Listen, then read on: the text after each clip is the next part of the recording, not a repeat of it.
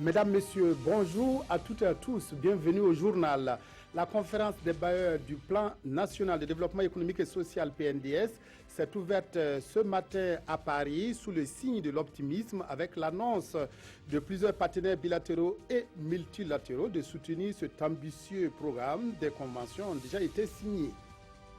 L'orpaillage mobilise de nombreuses personnes dans la région du Centre-Nord avec toutes les conséquences qu'engendre l'exploitation artisanale de l'or. Nous ferons ce midi un focus sur cette activité à l'occasion de la célébration du 11 décembre 2016 à Kaya. La conférence des bailleurs du Plan national de développement économique et social PNDS s'est ouverte ce matin à Paris sous la présidence de Roch-Marc Christian Kaboré. La table ronde devait mobiliser près de 6 000 milliards de francs CFA pour financer les premiers mois du PNDS. Des partenaires bilatéraux et multilatéraux se sont prononcés en faveur d'un soutien du plan. Ce matin, des conventions ont déjà été signées avec le Grand-Duché du Luxembourg, la France et l'Union européenne. La Banque mondiale annonce qu'elle va doubler sa contribution annuelle. Bref, la table ronde se déroule sous le sceau de l'optimisme. Nous reviendrons plus en détail sur cette cérémonie d'ouverture avec nos envoyés spéciaux dans la capitale française au cours de nos prochaines éditions. À l'occasion de la cérémonie officielle de décoration dans le cadre du 56e anniversaire de la fête de l'indépendance du Burkina, placée sous le très haut patronage de son Excellence, Monsieur le Président du Faso, Président du Conseil des ministres, Grand Maître des ordres de burkinabé, la Direction générale du protocole d'État convie les personnalités invitées demain jeudi 8 décembre à partir de 14h30 au palais présidentiel 6 à Ouaga 2000. L'heure limite d'arrivée est fixée à 15h30. La 8e conférence internationale Africom consacrée aux infrastructures et services numériques dans les pays en développement se tient à Ouagadougou depuis hier. Universitaires d'Afrique, d'Europe et d'Amérique et d'Asie planchent autour des solutions pour réduire le retard de l'Afrique sur les TIC. Pawadrogo Janzongo Dramangene. Des sommités de TIC d'Afrique et d'ailleurs, ici en conclave à Ouagadougou. Une première au Burkina. Cette conférence de Africom, 8e du genre, est consacrée à la problématique des infrastructures et services numériques des pays en voie de développement. C'est un espace où on devrait retrouver tous les parties prenantes, aussi bien les utilisateurs que ceux qui participent du développement de ces technologies-là, pour qu'ils puissent en fait voir ensemble quels sont les problèmes qu'il faut essayer de résoudre et qu'est-ce qu'il faut apporter comme solution à ces problèmes. La recherche peut se faire de façon générale à travers le monde. Mais ce que nous essayons de faire ici, c'est de partager les expériences entre nous qui ont comme souci le développement de ces technologies-là, mais dans le contexte des pays en voie de développement. Dans les pays pauvres, les TIC sont encore un luxe pour les populations.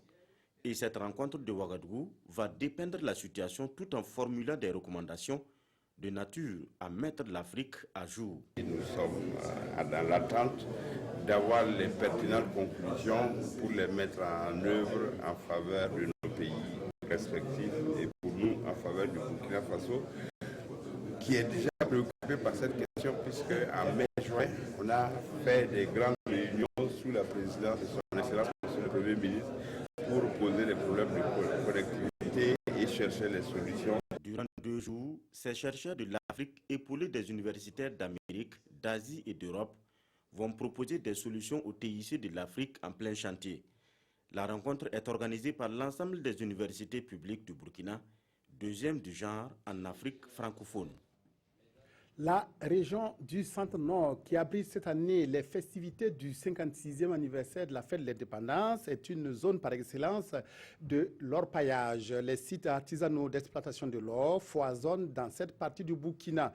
Le Salmatenga abrite à lui seul plus de 60 sites d'orpaillage avec tous les inconvénients et avantages que comporte l'exploitation artisanale de l'or. Ibrahim Sombier, Nyarkiteda. La région du Centre-Nord, avec ses 3 provinces, le BAM, le Namentenga et le Salmatenga, constitue une zone de forte exploitation de l'orpaillage de type artisanal traditionnel au Burkina.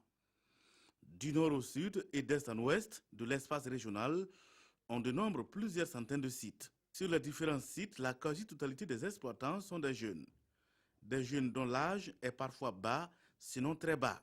Réellement, il y a la présence des enfants, il y a la présence des jeunes, Il y a la présence même des familles entières dans ces sites d'orpaillage-là. Dans la province du San-Mantenga, par exemple, l'activité est devenue pratiquement le quotidien de la majeure partie des populations dans tous les 4 coins de la province. Nous avons aujourd'hui 11 communes et départements donc, dans la province du San-Mantenga. Et sur pratiquement tous les départements, les populations pratiquent l'orpaillage. Des données de 1996 aux indicateurs actuels, la population de la province du San-Mantenga est passée de 400 000 habitants à plus de 800 000, dont 53% des femmes et plus de 50% ont moins de 25 ans. Et quand vous regardez le système éducatif, les déchets que ça laisse à côté, vous prenez les questions de chômage, mais la plupart des jeunes s'orientent où? C'est l'orpaillage. Vous avez une zone où la pluviométrie n'est pas suffisamment abondante. Vous avez une zone où le refuge des populations à l'époque, c'était la Côte d'Ivoire. Mais avec la crise ivoirienne, beaucoup de gens ne repartent plus en Côte d'Ivoire. Conséquence, la recherche du métal jaune à tout prix est désormais le repère. Tout que nous débrouillons ici seulement pour chercher l'or. À l'air, il n'y a pas de loi, mais on débrouille. Depuis qu'on exploite l'or, on ne vend plus notre mine. Tout le monde y travaille. L'activité est bien développée dans la région. Reste que les acteurs eux-mêmes manquent d'organisation selon la structure syndicale des orpailleurs. L'organisation là, bon, maintenant, il n'y a pas d'organisation. Avant, c'était CVMP, bon, c'est devenu privé. Leur souhait est de voir la situation examinée à la faveur de la célébration du 11 décembre à Kaya afin de faire de l'exploitation de l'or une richesse et non un danger pour la région. Kaya, côté culture, nous permet d'aller à la découverte de la troupe Graines de Génie. Elle a fait du théâtre son cheval de Troie pour sensibiliser et informer les populations sur des questions d'hygiène et d'assainissement. C'est ainsi que la troupe Graines de Génie s'investit depuis plusieurs années dans le théâtre Forum. Elle rassemble fonctionnaires et étudiants qui cheminent ensemble depuis belle lurette. Suleiman Sanou Arunamare. Comédiens depuis les bancs de l'école ou du lycée, ils sont aujourd'hui membres de la troupe Graines de Génie. Une troupe créée en 2008 afin de continuer à vivre leur passion commune dans la vie active. Enseignants ou étudiants pour la plupart, ils mettent leur talent au service du bien-être des populations. La pièce là, c'est sur l'hygiène et assainissement, c'est la famille de Gomwaora. Vous voyez que Gomwaora, c'est quelqu'un qui est très sale, qui n'applique pas aucune règle d'hygiène. Et vraiment, on a essayé de mettre ça en œuvre pour pouvoir sensibiliser la population sur, par exemple, l'hygiène et surtout l'utilisation des latrines. 16 au total, les membres de la troupe Graines de Génie essaient de concilier vie active et vie des planches. Pour eux, le théâtre reste un des moyens d'éveil des consciences et de divertissement. Je suis venue au théâtre par l'amour d'abord. D'abord, j'aime la culture. Et nous ne devons pas oublier la culture parce que c'est une culture africaine. J'ai appris à jouer sur scène quand j'étais à l'école primaire avec notre président. Mon rêve, c'est de jouer dans des films. Depuis sa création, la troupe Graines de Génie a remporté plusieurs prix au niveau régional. Elle s'investit plus afin de recevoir d'autres distinctions comme celle de la Semaine nationale de la culture. Mais des difficultés subsistent tout de même. C'est notamment le recrutement et la mise en place même de la formation de ces jeunes qui viennent au niveau du centre pour en tout cas se former. De l'avis du président de la troupe, les jeunes semblent se tourner de plus en plus vers d'autres cultures au détriment de la leur.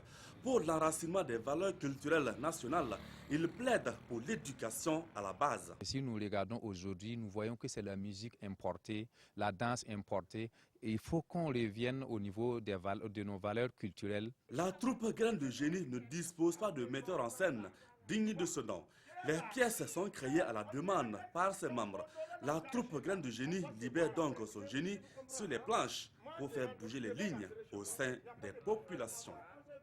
Des femmes de tous les horizons sont réunies à Ouagadougou pour évoquer les droits fonciers de l'autre moitié du ciel. Une rencontre soutenue par l'ONG Konrad Adenauer à travers son projet Un seul monde sans fin. La rencontre va permettre d'élaborer un plan d'action sur les droits des femmes en matière de foncier. Reportage Ibrahim Sombier, Nathalie Savadogo.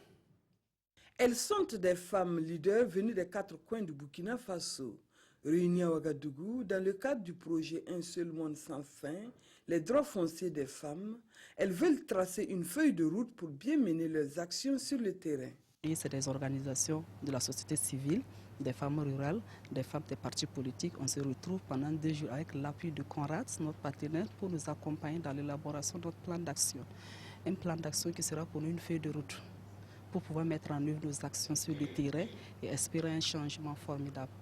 La discussion sur le droit de foncier, c'est aussi une discussion extrêmement politique qui touche aussi soit la situation légale ou juridique du pays et aussi de ses habitants, mais c'est aussi une discussion qui touche le problème de leadership des femmes en général, mais la discussion touche aussi l'avenir du pays. Comme je crois, 1 an après les élections, ici au Burkina Faso, ce pays a malgré tous les succès, on a besoin toujours aussi des impulsions politiques. Et je crois que les dames peuvent jouer un rôle extrêmement politique aussi en ce qui concerne le progrès et le succès de ce pays. Il est question ici de discuter sur l'agenda des leaders en matière de promotion du droit foncier de l'autre moitié du ciel au Burkina Faso.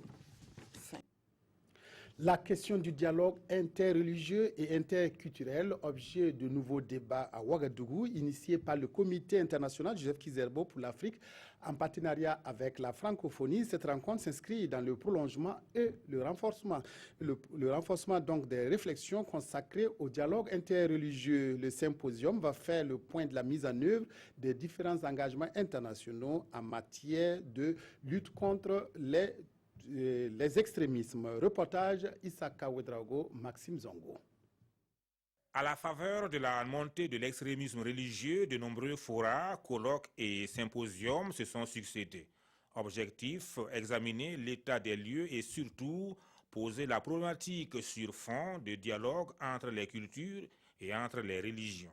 L'initiative sur le symposium sur le dialogue interculturel et interreligieux est une continuation de ce qui a commencé aux Nations Unies, mais également à la francophonie, à la CEDEAO, à l'UEMOA, pour permettre justement que nous puissions cultiver le vivre ensemble, que nous puissions cultiver une meilleure connaissance des uns et des autres. Comment gérer la diversité humaine et la diversité religieuse en toute harmonie?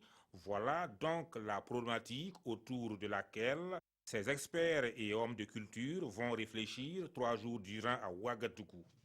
Je suis là parce que l'OIF apporte un appui technique et financier à cet atelier et je voudrais participer aux travaux pour clarifier, préciser les termes de référence du symposium sur le dialogue des cultures et des religions. Au terme de la rencontre, il est attendu des participants un consensus entre les parties prenantes sur l'analyse de la situation spécifique du Burkina. Des recommandations sur le rôle des politiques culturelles dans le dialogue des cultures et des religions au Faso. Un nouveau partenariat pour un plus grand accès à l'eau potable, Promaco, et la société irlandaise Medentech ont signé hier une convention. Elle permet la distribution aux populations de comprimés dénommés Aquatab. Ces comprimés peuvent être utilisés dans le traitement de l'eau de consommation. Issaka Ouedraogo, Mounira Kéré. Une poignée de main pour sceller cette signature de convention entre la société irlandaise Medentech et Promaco du Burkina. Ce partenariat vise à faciliter la distribution des comprimés Aquatab dans les ménages, surtout ruraux du Burkina Faso. Les comprimés Aquatab sont utilisés pour désinfecter l'eau destinée à la consommation humaine. Les points de distribution, on a souligné les partenaires institutionnels qui travaillent également dans le domaine de l'eau et de l'assainissement. Les points de distribution, on a souligné les partenaires institutionnels qui travaillent également dans le domaine de l'eau et de l'assainissement. Distribution, On a souligné les partenaires institutionnels qui travaillent également dans le domaine de l'eau et de l'assainissement. Il y a les communautés, donc la distribution à base communautaire qui travaille également dans le domaine de l'eau et de l'assainissement. Il y a l'assainissement.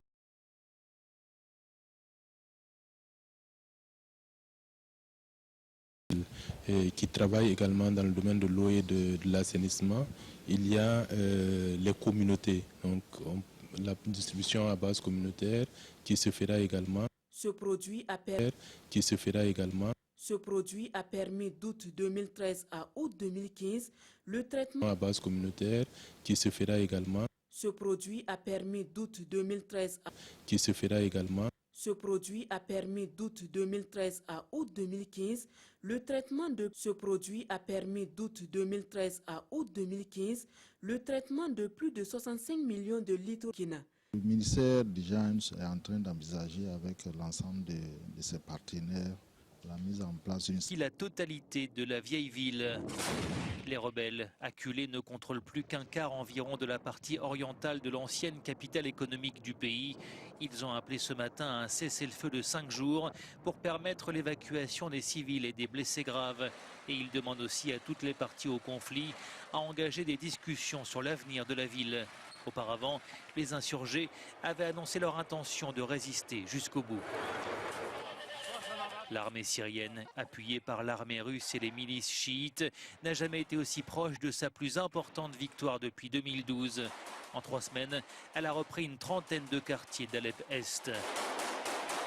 Cette offensive a poussé à la fuite plus de 80 000 civils, mais ils sont encore nombreux à être pris au piège des combats. L'ONU a décrit une situation humanitaire désastreuse. La province d'Aceh, à l'ouest de l'Indonésie, a été frappée très tôt ce matin par un tremblement de terre. Le séisme de magnitude 6,5 degrés sur l'échelle de Richter, qui en compte 9, a fait au moins 97 morts et de nombreux dégâts. Plusieurs personnes étaient encore prisonnières des décombres et les secours dépêchés sur place s'activaient à retrouver des survivants. Un séisme ébranle la fragile province d'Aceh en Indonésie.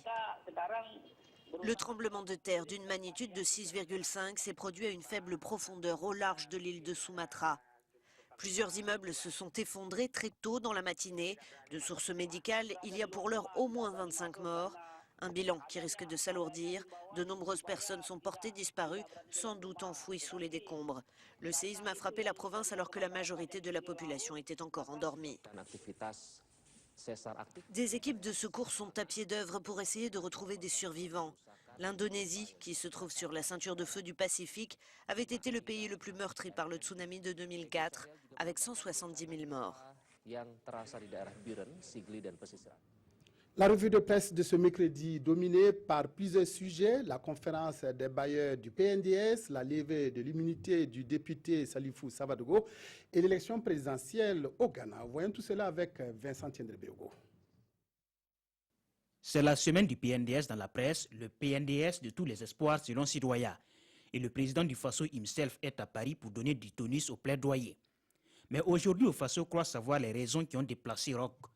Les nouvelles pourraient être bonnes quant à la mobilisation des fonds escomptés et le vice-président de la Banque mondiale qui se déplace rarement en raison de sa convalescence a tout de même tenu à être à Paris du fait de son estime pour le Burkina, selon le journal. Les parutions du jour font écho de la levée de l'immunité du député Salifou Savadogo par l'Assemblée nationale. Aujourd'hui, au Faso nous apprend que c'est à la requête du commissaire du gouvernement qui compte mettre l'intéressé en accusation pour son soutien actif au coup d'État de septembre 2015. Sidoya ajoute que la justice militaire reproche à Salifou Savadogo d'avoir organisé des manifestations à l'occasion de ce coup de force, manifestations qui se sont soldées par le saccage et incendie de domiciles privés, dont celui de l'actuel président du Parlement. Et c'est avec 86 voix pour et 33 contre sur 123 votants que les députés renvoient un de leurs devant la justice. Destitution du maire de l'arrondissement 8 de Ouagadougou, suivi de manifestations violentes. Selon les informations de l'observateur Palaga, tout est parti d'une motion formulée par 10 conseillers sur les 13 ayant abouti à la destitution de Mahamadi Zongo pour mauvaise gestion.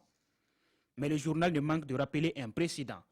À l'issue des municipales de mai 2016, le MPP a obtenu 7 sièges et 6 pour l'opposition au conseil municipal.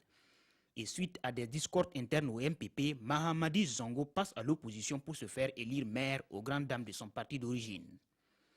Présidentielle au Ghana voisin, une tradition des urnes sans tambour ni trompette titre aujourd'hui au Faso, même si le match est serré entre le président sortant John Dramani Mahama et son rival Nana Akufo-Addo. Et pour le pays, c'est comme un fleuve tranquille, sans les empoignades et les violences remarquables sous nos tropiques. Merci de nous avoir prêté votre aimable attention. Excellent après-midi à toutes et à tous en compagnie de la RTB.